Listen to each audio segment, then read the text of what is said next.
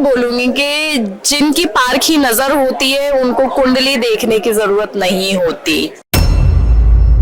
उस वक्त जब वो अवार्ड मिल रहा था आई वॉज ओवरवेल्म्ड।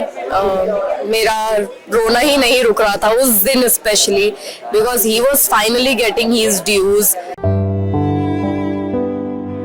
मैंने एकता कपूर को टारगेट नहीं किया था क्योंकि वो तो शुरू से ही ऐसी हैं। 15 साल हो गए मुझे इंडस्ट्री में, मैं क्यों 15 साल बाद एकता कपूर को टारगेट करके बोलूंगी कि भाई कुंडली देख के काम दे रहे हैं। मुझे समझ ही नहीं आया कि मैं रिएक्ट क्या करूं कि इतनी बड़ी बात। मैं मतलब यही सोचती हूँ कि अगर कोई भाई बहन एक दूसरे को इस तरह का दर्जा दे दे माँ या बाप का तो बहुत बड़ी बात होती है। वेलकम ऑन फिल्मी बीट। Thank you. सबसे पहले तो मुझे बताइए ये नया शो कैसे मिला, कुंडली राशि या कैसे? कोई कुंडली राशि नहीं, अपने दम पर, अपने एक्टिंग के, अपने आर्ट के, अपने क्राफ्ट के दम पे लिया है। एंड मैं फिर बोलूंगी कि जिनकी पारख ही नजर होती है उनको कुंडली देखने की जरूरत नहीं होती। मतलब क्या था ऐसा कि आप बात की, आपने बात किया लेकिन आपने पूरी बात नहीं की और खुल के बात नहीं की कि कौन था वो शो? नहीं पता है क्या, कोई एक नहीं है। देखिए लोगों को लग रहा था कि मैंने शायद एकता कपूर जी को टारगेट किया है, बट मैंने एकता कपूर को टारगेट नहीं किया था क्योंकि वो तो शुरू से ही ऐसी हैं।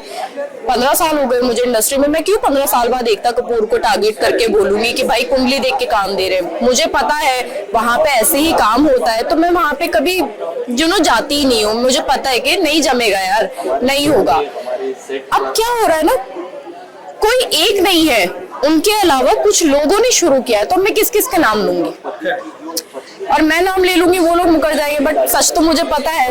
तो कोई एक नहीं है, कई सारे हैं जिन लोगों ने ये शुरू किया है। एंड बहुत मैं कहूंगी क्या ही बोलूं मैं, मतलब नसीब को आप नहीं बदल सकते हो, कितनी भी कुंडलियां देख लो, अगर कोई अनहोनी होनी होगी खुदा ना खास तो हो ही जाएगी किसी के भी साथ, आप कुछ नहीं कर सकते। तो ये बकवास है यार, बहुत बड़ी बकवास है। आप एक्टिंग के दम पे, आप क्राफ्ट के दम पे, आप ये देखो ना एक्टर आपको ऑन सेट कितना परेशान कर रहा है।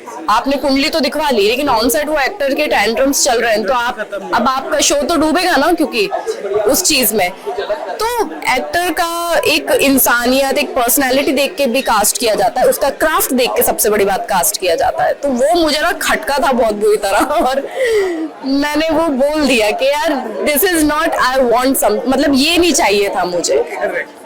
अच्छा, कमिंग बैक टू पति अनाड़ी, क्या है इसमें आपका किरदार? क्या मैं अज्यूम करूं कि एक मिस्चीफ मेकर के तौर पर मुझे यहाँ नजर आने वाले हो, थोड़ा सा ग्रेस होगा आपका किरदार?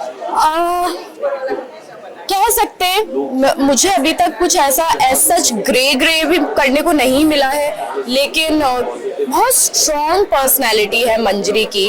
और मैं कहीं ना कहीं ये कहूंगी फलक में और मंजरी में ज्यादा डिफरेंस नहीं है, सिर्फ इस चीज का डिफरेंस है कि मंजरी के आसपास अगर कोई होता है ना तो वो हिम्मत नहीं करता मंजरी से कुछ कहने की।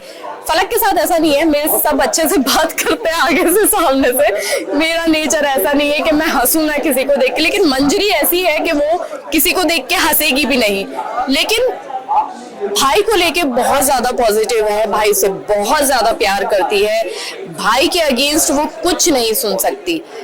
लेकिन कहीं ना कहीं कुछ और भी है जो चीजें अब आप लोग टेलीकास्ट में देखेंगे तो आपको पता चलेगा कि एग्जैक्टली किस तरह का। तो मंजरी है ना एक्चुअली चार्ट है, Manjari will be a chart के जिसके अंदर सारी चीजें आपको मिलेंगी।